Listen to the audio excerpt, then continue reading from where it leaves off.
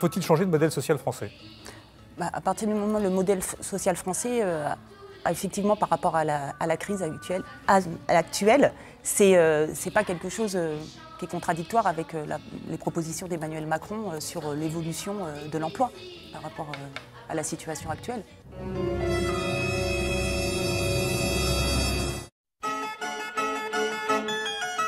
Je pense qu'effectivement, le problème de Michelin, c'est une situation qu'il faut faire attention pour ne pas la généraliser sur le territoire. Notamment, il y a d'autres industries, comme l'entreprise Klein ou n'importe, que j'ai rencontrées, et qui disent qu'effectivement, il y a besoin d'un soutien de l'État.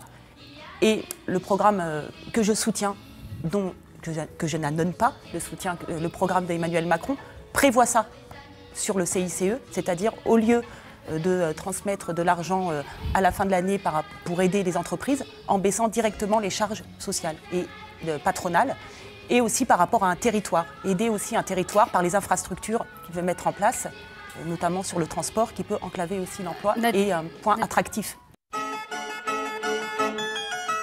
Il faut accompagner les agriculteurs, les futurs agriculteurs dans une jeune exploitation qui vont reprendre les futures exploitations dans la transition écologique et dans l'innovation justement. Ça c'est important. Et la transition aussi numérique qui permettra aussi aux personnes de s'installer dans la ruralité parce qu'on ne peut pas penser simplement agriculteur sans penser globalité du territoire. C'est une famille qui vient s'installer, qui a besoin d'accès aussi à la santé. Donc ça aussi, il y a un besoin aussi économique à mettre en place dessus. Il y a aussi besoin de logement, il y a aussi besoin d'éducation. Donc il faut voir aussi tout dans un territoire, tout est lié. Alors pour les dotations des collectivités Vous êtes pour la baisse des 10 milliards, par exemple, vous la voterez? Non, mais c'est pas ça, c'est qu'il y a aussi un regroupement des communautés de communes. Il y a une mutualisation. C'est 10 milliards d'économies en regroupant les collectivités. Il y a des mutualisations qui sont faites. Vous avez une idée de l'ordre de grandeur des économies qu'on fait quand on fait une communauté de communes, quand on fait une fusion de communautés de communes? Non, mais après, il faut voir, il y a aussi par rapport aux infrastructures, une aide aussi par rapport aux voiries, par rapport aux infrastructures, par rapport au transport qui sera donné, qui ne sera pas fait aussi par les communautés de communes. C'est un plan global. 10 milliards de baisse qui sont annoncés. Oui. Bon.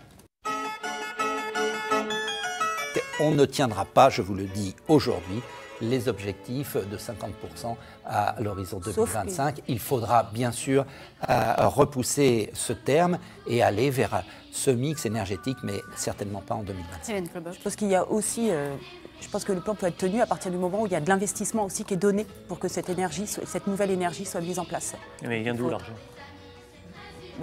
C'est d'investissement.